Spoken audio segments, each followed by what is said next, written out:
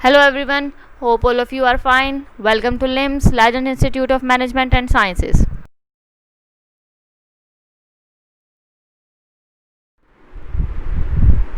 I am Sundas Khan, your lecturer for the course of History of English Literature. This is part 1 of lecture 20. Okay, now in this lecture we will discuss metaphysical poetry. Metaphysical poetry क्या होती है और metaphysical poets जो थे वो कौन थे और वो क्या किस स्टाइल में पोइट्री जो है वो करते थे जो उन्हें metaphysical poetry कहा गया. ठीक है ना. तो अगर हम metaphysical poetry को देखें तो सबसे पहले हम definition देखेंगे कि metaphysical poetry की definition क्या होती है, यानी कि metaphysical poets जो हैं वो कौन से poets हैं या metaphysical जो है वो कौन से word से जो है वो derive हुआ है. तो सबसे पहले हम डिस्कस करेंगे कि a group of poets emerged in the beginning of the 17th century whose poetry come to be known as the metaphysical poetry. ठीक है ना. यानी कि एक ग्रुप था पोइट्स का जो कि इमर्ज हुआ, यानी कि सामने आया. इमर्ज का मतलब है कि एकदम से सामने आया. ठीक है ना. निकला. एक ग्रुप था पोइट्री का जो कि इमर्ज हुआ, जो कि सामने आया और ये सामने आया था in the beginning of the 17th century, यानी कि 17th सेंचुरी की बिगनिंग में एक पोइट्स का ग्रुप जो था वो सामने आया और उनका जो स्टाइल ऑफ पोइट्री था उस स्टाइल ऑफ पोइट्री को कहा गया कि ये मेटाफिजिकल पोइट्री है. ठीक है ना. यानी 17th सेंचुरी का एक ग्रुप था पोइट्स का, जब वो सामने आया यानी कि उनका राइटिंग स्टाइल, उनका वे ऑफ के उन्होंने किस तरह से पोइट्री की है तो उसको कहा गया मेटाफिजिकल पोइट्री. ठीक है. मेटाफिजिकल की अगर हम बात करें तो लिटरली जो इसका मीनिंग होता है, ये जो वर्ड है ये मेटा है, मीन्स बियॉन्ड, एंड फिजिक्स का मतलब है फिजिकल नेचर, यानी कि बियॉन्ड फिजिकल नेचर. इनकी जो पोइट्री थी वो इस तरह से थी कि वो बियॉन्ड फिजिकल नेचर थी. वो हम देखेंगे अभी कि किस तरह से बियॉन्ड फिजिकल नेचर जो थी वो मेटाफिजिकल पोइट्री थी. इनका जो स्टाइल था ना वो बिल्कुल तमाम जो इनसे पहले पोइट्रीज हो चुकी थी उनसे एकदम डिफरेंट था, एकदम अलग था. ठीक है.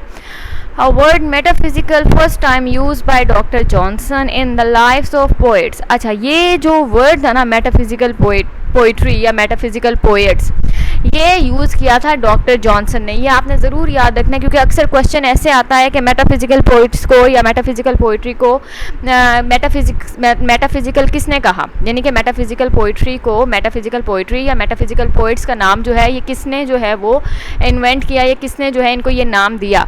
तो वो नाम है डॉक्टर जॉनसन का. ठीक है. डॉक्टर जॉनसन वो आप कह सकते हैं कि इंसान थे जिन्होंने जब पोइट्री देखी इन लोगों की जो यहाँ नाम दिए हुए हैं, जॉन डन का, हर्बर्ट का, मार्वेल का, इब्राहिम कॉले का, जॉन हॉल का, तो ये जब इन्होंने इनकी पोइट्री देखी तो इनका स्टाइल बिल्कुल डिफरेंट था as compared to the poetry जो इनसे पहले आ चुकी थी या जो उस एज में भी पोइट्री थी उनसे बिल्कुल डिफरेंट था. ठीक है. तो उन्होंने इनको क्रिटिसाइज़ करने के लिए जो है नाम दिया कि ये मेटाफिजिकल पोइट्री है, बियॉन्ड जो है वो फिजिकल नेचर किस्म की पोइट्री है ये. ठीक. तो लेकिन हुआ क्या कि ये नाम इतना फेमस हो गया और उनकी पोइट्री जो है वो इतनी फेमस हो गई कि एंड में अब उन्हें सब लोग जो है वो मेटाफिजिकल पोएट्स या मेटाफिजिकल पोइट्री कहते हैं. ठीक है ना. तो डॉक्टर जॉनसन ने इनको नाम दिया था मेटाफिजिक्स या मेटाफिजिकल पोएट या मेटाफिजिकल पोइट्री. तो मेटाफिजिकल स्कूल को अगर हम देखेंगे कौन कौन से लोग हैं जो मेटाफिजिकल स्कूल के अंदर इंक्लूड हैं और कौन कौन से लोग हैं जो मेटाफिजिकल पोएट्स जो हैं वो कहलाते हैं, तो यहाँ पे आपके सामने मैंने कुछ नाम लिखे हैं. ये कुछ फेमस मेटाफिजिकल पोएट्स के नाम हैं. साथ साथ इनका मैंने आपको टाइम पीरियड भी बताया हुआ कि किस टाइम डेट ऑफ बर्थ क्या है इनकी और डेट ऑफ डेथ क्या है. ठीक है ना. सबकी.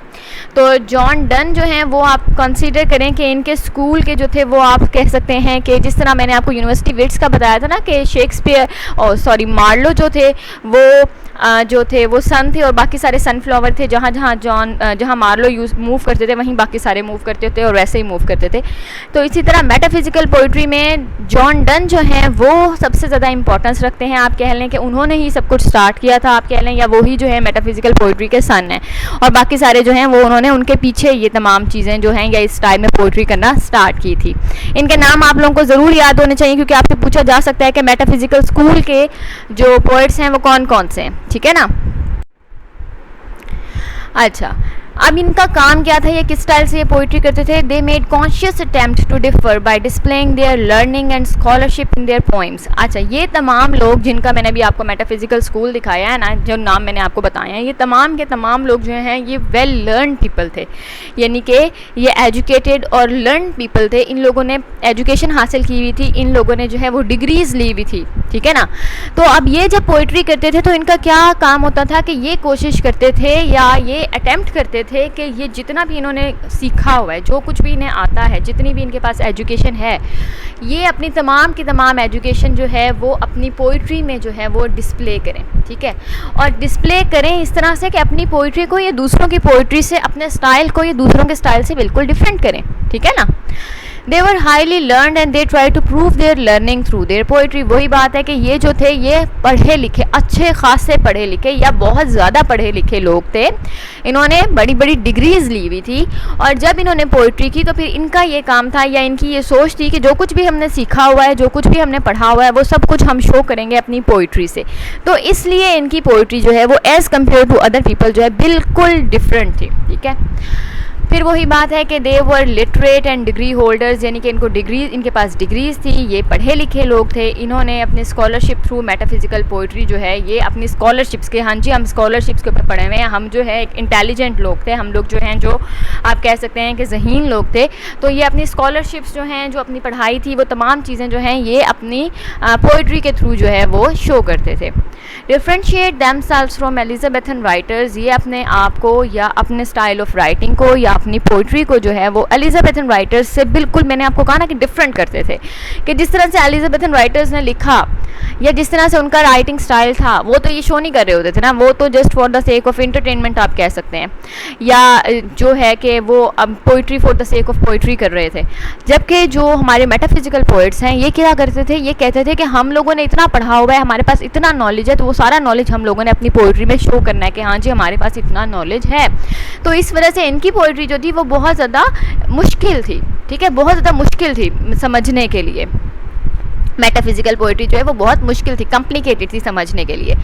Don't use traditional images and conceits in their poetry. अब वही बात है जो एक नॉर्मल या एक जो आप कहते हैं ना कि ट्रेडिशनल था कि इमेजरी यूज़ कर रहे हैं, इमेजेस यूज़ कर रहे हैं, कंसीट्स यूज़ कर रहे हैं, फिगर जो सिम्बोलिज्म यूज़ कर रहे हैं, ये तमाम चीज़ें, तो ये वो चीज़ें यूज़ नहीं करते थे जो मेटाफिजिकल पोइट्स होते थे। तो जो कंसीट्स या जो इमेजरी ये यूज़ करते थे या जो फिगर ऑफ स्पीच ये यूज़ करते थे वो एक्सेसिव होते थे, यानी कि वो बहुत ज़्यादा मुश्किल होते थे, कॉम्प्लिकेटेड होते थे कि आम लोगों को इतनी आसानी से समझ ही नहीं आती थी, ठीक है ना।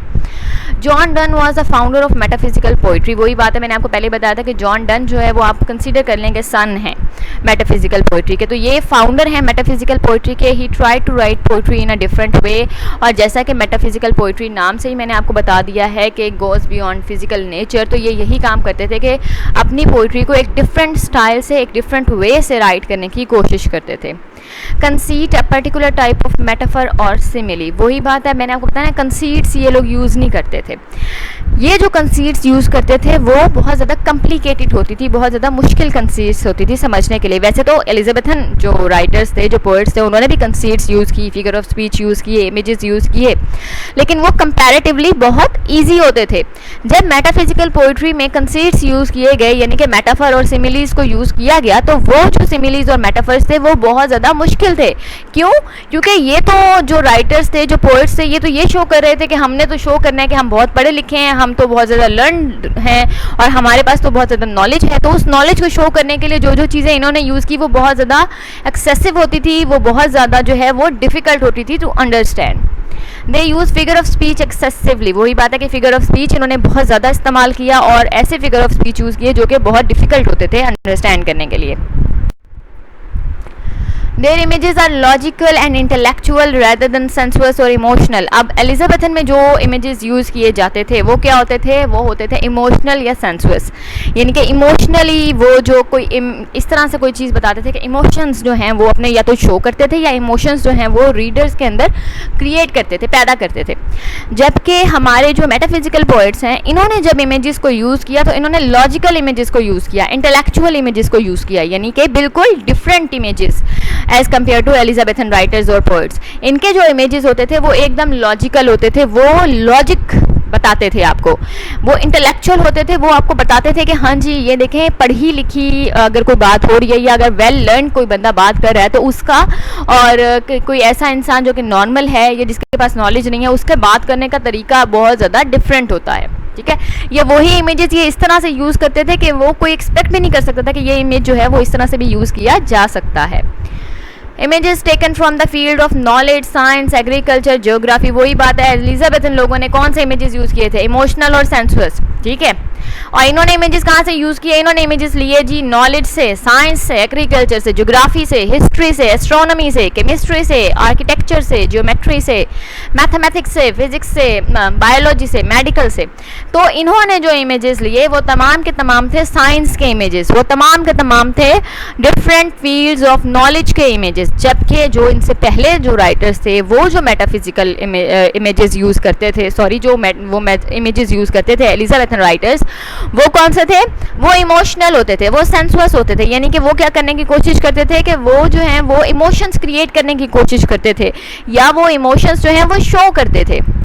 सेंसुअस का अगर मीनिंग देखें तो सेंसुअस का मीनिंग होता है बेटा ऐसी चीज़ जो कि आपकी सेंसेस को इफेक्ट करे, आपकी सेंसेस को जो है वो इफेक्ट करे, जबकि इंटेलेक्ट को नहीं। ठीक है, आपके दिमाग को या आपके इंटेलेक्ट को इफेक्ट ना करे, आपके दिमाग या इंटेलेक्ट को मुतासिर करने की कोशिश ना करे, बल्कि आपकी सेंसेस को, जिस तरह मैंने आपको इमोशंस बताए हैं। ठीक है ना, तो अब वाज़े डिफरेंस है मेटाफिजिकल और एलिजाबेथन पोइट्स का, और वो यही है कि एलिजाबेथन जो पोइट्स होते थे वो कहते थे कि हम लोग तो इमोशंस और सेंसेस को अपील करेंगे या अपील करते थे, जबकि मेटाफिजिकल जो थे ये जो थे इमेजेस वगैरह और जो इनका स्टाइल ऑफ राइटिंग था ये ऐसा था कि ये जो थे ये क्या करते थे, नॉलेज डिस्प्ले करते थे, और जो इमेजेस या कंसीट्स और जो इनकी जो फिगर ऑफ स्पीच होते थे वो एक्सेसिव होते थे, वो इनका नॉलेज ही शो करते थे in their poetry. The use of such images make their poetry difficult, और वही बात जो मैंने आपको बहुत पहले बता दी है कि ये तमाम चीज़ें यूज़ करने की वजह से इनकी पोइट्री क्या होती थी, बहुत ज़्यादा डिफ़िकल्ट होती थी टू अंडरस्टैंड। इनकी पोइट्री जो होती थी इन तमाम इमेजेस की वजह से बहुत ज़्यादा मुश्किल होती थी समझने के लिए, आम लोगों के लिए समझना इनकी पोइट्री को बहुत ज़्यादा डिफ़िकल्ट काम था। अच्छा जी, डिक्लाइन देखें अगर हम मेटाफिजिकल पोइट्री का या पोइट्री का, तो वो क्या था कि जब रेस्टोरेशन स्टार्ट हुई चार्ल्स टू के रेन में, यानी कि चार्ल्स टू की हुकूमत में जब रेस्टोरेशन हुई तो 1660 में मेटाफिजिकल स्कूल जो था वो डिक्लाइन कर गया, यानी कि आप कह सकते हैं कि जवाल का शिकार हो गया था, यानी कि आप कह सकते हैं कि वो आहिस्ता आहिस्ता जो है वो तबाही की तरफ या ख़ात्मे की तरफ जा रही थी। मेटाफिजिकल स्कूल जो है, मेटाफिजिकल पोइट्री जो है, ये तमाम चीज़ें जो हैं, यानी कि जब रेस्टोरेशन हुई चार्ल्स टू के रेन में, चार्ल्स टू की हुकूमत में 1660 में, तो मेटाफिजिकल स्कूल जो है उस टाइम जो है वो डिक्लाइन का, जवाल का शिकार हो गया। और क्या हुआ था उसकी और बड़ी रीज़न क्या थी रेस्टोरेशन के अलावा, दूसरी बड़ी रीज़न थी कि थिएटर्स जो थे वो दोबारा से ओपन कर दिए गए थे। जब थिएटर्स ओपन हुए तो लोगों ने इनकी मुश्किल डिफ़िकल्ट पोइट्री जो समझ भी नहीं आती थी वो पढ़ने की बजाय ड्रामास की तरफ, थिएटर्स की तरफ रुख किया फॉर इंटरटेनमेंट। ठीक है ना, तो आपको पता है कि एलिजाबेथन रेन में ही जो है वो जो फेमस जो आपके ड्रामाटिस्ट हैं वो आए थे, और जब थिएटर वापस ओपन हो गए तो इनकी जो पोइट्री थी, जो मेटाफिजिकल स्कूल था या मेटाफिजिकल पोइट्री थी, वो एकदम से आप कह सकते हैं कि ख़त्म हो गई, जवाल का शिकार हो गई। बेकन के एसेज को अगर हम देखें तो ओरिजिनल नंबर ऑफ एसेज जो बेकन ने लिखे थे 1597 में वो 10 थे, यानी कि 10 इन्होंने लिखे थे। 1597 तक जो इन्होंने एसेज लिखे थे वो 10 थे, जो कि बाद में 612 तक, यानी कि 1612 तक 38 हो गए। यानी कि जब इन्होंने स्टार्टिंग की थी 1597 से तो इनके जो ऐसे की जो तादाद थी वो थी 10, जो कि बढ़ती बढ़ती बाद में 1612 तक कितनी हो गई, 38 एसेज हो गए इनके। और तमाम के तमाम एसेज जो थे वो इस तरह के एसेज नहीं थे जिस तरह के हम लोग आजकल ऐसे लिखते हैं पेपर्स में, नहीं, वो इनकी ऑब्जर्वेशंस थी। वो तमाम की तमाम जो इन्होंने अपनी लाइफ में, अपने इन्वायरमेंट में, अपनी सराउंडिंग में जो जो चीज़ें जो आप कह सकते हैं कि कोई फिनोमेना ऑब्जर्व किया, तो वो तमाम के तमाम फिनोमेनन्स जो थे इन्होंने ऑब्जर्व करके और वो अपने एसेज की शेप में इन्होंने राइट डाउन किए थे। बैकग्राउंड ऑफ प्रोज प्रोज यानी कि जो एक ऐसे होता है उसका बैकग्राउंड क्या है। तो art of pros writing developed during the middle edges, lost its glory during the renaissance and it again achieved the highest position. यानी कि क्या हुआ कि मिडिवल एजेस में जो प्रोज होती है उसने अपना हाईएस्ट पॉइंट जो है, यानी कि जो अपनी ग्लोरी थी, यानी कि अपनी जो शान थी, जो अपनी एक पॉपुलैरिटी थी, वो खो दी। प्रोज का अगर मैं मीनिंग बताऊं तो प्रोज क्या होता है? प्रोज होता है बेटा एक ऐसी फॉर्म ऑफ राइटिंग जिसके अंदर मेट्रिकल स्ट्रक्चर नहीं होता, यानी कि राइम और रिदम का ख्याल नहीं किया जाता, सिंपल लैंग्वेज में लिखा जाता है, जिस तरह के आप एसे की एग्जांपल ले लें, ठीक है ना।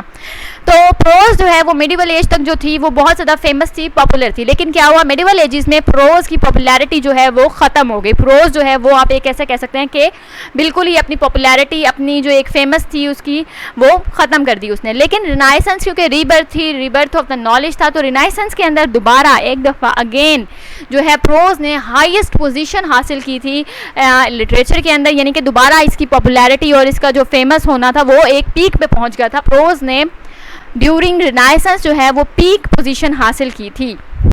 फिर बेकन ने क्या किया, जब पॉपुलैरिटी जो है प्रोज की वो उसकी हाईएस्ट पोजीशन पे चली गई, पीक पे चली गई ड्यूरिंग रिनाइसेंस, तो बेकन ने एक और काम किया। बेकन ने क्या किया, बेकन ने इवॉल्व किया प्रोज को इस तरह से कि उसे as a medium of expression use किया, ठीक है ना, यानी कि प्रोज को थोड़ा सा और इवॉल्व किया और इस तरह से बनाया उसे कि फिर उसको यूज़ करके बेकन ने अपना एक्सप्रेशंस जो हैं वो लोगों तक पहुंचाए। As a medium of expression means के एक जिसे हम कहते हैं ना medium of communication, mode of communication, यानी कि हम लोग एज अ मीडियम यूज़ करते हैं लोग बात करने के लिए। एक आप कह सकते हैं कि मीडियम को हम इस तरह से ले सकते हैं कि मीडियम को आप एज अ मीन्स के एक ऐसा तरीका समझें जिसके ज़रिए आप जो अपना जो काम करना चाह रहे हो वो काम करते हो, तो वो तरीका जिसके ज़रिए जो काम आप करना चाह रहे हो वो काम करते हो उसे हम मीडियम कहते हैं, ठीक है।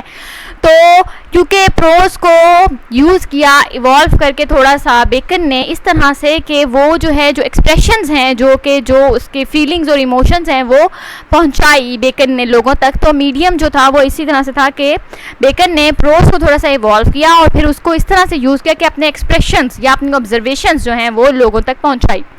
Due to this he is regarded as the father of English ऐसे, और क्योंकि उसने प्रोज को इवॉल्व करके अपने मीडियम को अपने एक ऐसा मीडियम बनाया, एक ऐसी चीज़ बनाई कि फिर उसने उसको यूज़ किया अपने एक्सप्रेशंस और ऑब्जर्वेशंस जो हैं वो लोगों तक पहुंचाने के लिए, तो इसी वजह से फिर बेकन को कहा जाता है कि वो जो था वो फादर ऑफ इंग्लिश ऐसे माना जाता है या वो फादर ऑफ इंग्लिश ऐसे था। तो आपसे ये भी क्वेश्चन किया जा सकता है कि फादर ऑफ इंग्लिश ऐसे कौन था, तो वो फ्रांसिस बेकन ही था। और आपसे ये भी क्वेश्चन पूछा जा सकता है कि प्रोज कौन सी मीडियम में या सॉरी कौन से पीरियड में जो है वो उसकी हाईएस्ट पोजीशन थी और कब उसकी ग्लोरी जो है वो डिक्लाइन हुई। तो मिडल एजेस में उसकी ग्लोरी जो है वो डिक्लाइन हुई थी, उसकी ग्लोरी जो है वो उसने लॉस्ट कर दी थी, अनपॉपुलर हो गई थी। लेकिन रिनाइसेंस में अगेन प्रोज जो थी वो पीक पे पहुंची, अपनी हाईएस्ट पॉपुलैरिटी पे पहुंची, ठीक है। मीडियम ऑफ एक्सप्रेशन इसको इवॉल्व किया प्रोज को बेकन ने और फिर इसको as a medium expression use किया अपनी ऑब्जर्वेशंस लोगों तक पहुंचाने के लिए, और जब इसने प्रोज को इवॉल्व किया तो उसी वजह से फिर इसे फादर ऑफ इंग्लिश ऐसे का नाम दिया गया। Before Bacon prose had more ornate and figurative style. तो बेकन के इवॉल्व करने से पहले प्रोज कैसी थी? प्रोज जो थी वो बेकन के इवॉल्व करने से पहले क्या करती थी, ये ऑर्नेट थी और फिगरेटिव स्टाइल थी, यानी कि आप कह सकते हैं कि प्रोज को सजावटी स्टाइल में, यानी कि इस तरह से लिखा जाता था कि ऐसे वर्ड्स यूज़ किए जाते थे कि वो जो है वो थोड़ी सी सुपरफिशियल लगे, थोड़ी सी जो है उसमें सजावटी किस्म के वर्ड्स जो हैं, यानी अपनी लैंग्वेज को अच्छा करने के लिए उसके अंदर वर्ड्स इस तरह के यूज़ किए जाते थे जो कि उसकी लैंग्वेज को जो है वो सजावटी से बनाएं, ऑर्नेट से बनाएं, या कि फिर अलामती जो हैं वो वर्ड्स यूज़ किए जाते थे, या अलामती स्टाइल यानी कि फिगरेटिव, जो कि किसी को कहा कुछ जाता था और किसी और चीज़ की तरफ जो है वो इशारा कर रहा होता था, अलामती स्टाइल जो है वो बनाकर प्रोज को यूज़ किया जाता था। लेकिन बेकन ने इस चीज़ को चेंज किया और इसने इसको जो है वो इस तरह का बनाया कि सिंपल लैंग्वेज जो कि अपने एक्सप्रेशन, अपनी ऑब्जर्वेशंस जो हैं वो आप तक पहुँचा सके। बेकन की अगर हम स्टाइल की बात करें तो एफोरिस्टिक स्टाइल था बेकन का, यानी कि आप कह सकते हैं कि बेकन का जो स्टाइल था वो मोस्ट रिमार्केबल था फॉर इट्स टर्सनेस एंड कंडेंसेशन।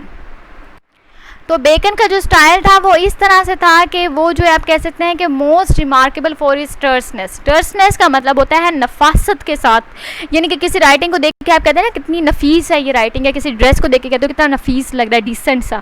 तो बेकन का जो स्टाइल था राइटिंग का वो यही था कि वो नफीस राइटिंग, नफीस वर्ड्स उसने यूज़ किया और कंडेंस जो मीनिंग था उसका उसे कंडेंस करके, यानी कि तमाम जो एक मिक्सचर आप कह सकते हैं कि रिजल्ट जो होता था, जो एक गाढ़ा यानी कि एक पतली पतली चीज़ को गाढ़ा करके बनाते हैं ना, तो वो जो था उसका यही होता था कि अपना जो एक मेन मीनिंग होता था वो कंडेंस करके नफीस अंदाज में आप तक जो है वो पहुंचाता था bacon. Although his sentences are brief, but they are extremely forceful, यानी कि उसके sentences long नहीं होते थे, जिसका मैंने कहा ना कि एक आप कह सकते हैं कंडेंस मीनिंग आप तक पहुंचाता था, मुकम्मल और कंप्लीट मीनिंग। तो वो पहुंचाने के लिए उसके सेंटेंसेस लॉन्ग नहीं होते थे, सेंटेंसेस उसके शॉर्ट ही होते थे, लेकिन वो फोर्सफुल होते थे, यानी कि ज़ोरदार होते थे। जो बात कही जाती थी वो इस तरह से कही जाती थी कि वो असरअंदाज होती थी, अपना मीनिंग वो सही तरीके से पहुंचाती थी। He knows the art of making huge statements into abridged form, which appears to be very captivating and enchanting for readers. अब क्या था, बेकन को ये तरीका आता था या ये आर्ट आता था कि किस तरह से वो अपनी जो है फॉर्म, जो उसका स्टाइल ऑफ राइटिंग है, या जो उसका मीनिंग है जो वो पहुंचाना चाहता था, तो जो भी मीनिंग वो पहुंचाना चाहता था वो शॉर्ट फॉर्म में, यानी कि शॉर्ट वर्ड्स को यूज़ करके, शॉर्ट सेंटेंसेस को यूज़ करके नफीस अंदाज में वो आप तक अपना जो मीनिंग होता था वो पहुंचा देता था। एब्रिज्ड होता है शॉर्ट, ठीक है। एब्रिज्ड फॉर्म मीन्स के शॉर्ट फॉर्म में वो लंबे लंबे सेंटेंसेस नहीं लिखता था अपनी मीनिंग, अपनी बात आप तक पहुंचाने के लिए। वो जो है वो शॉर्ट सेंटेंसेस लिखता था जो कि पावरफुल होते थे, अपना मीनिंग, अपना जो उनका मकसद होता था वो पूरा करते थे। और क्या करते थे कि वो बहुत ज़्यादा कैप्टिवेटिंग होते थे और इंचैंटिंग होते थे, यानी कि वो सहर अंदेज आपको ना अपने पुरअसर थे, और वो अपने शहर में जो लोग होते थे उनको खींचते थे। लोग उनको देखकर या उनको पढ़ के जो है वो कैप्टिवेट हो जाते थे, जो वो मीनिंग देते थे या जिस अंदाज में वो बेकन ने लिखे होते थे।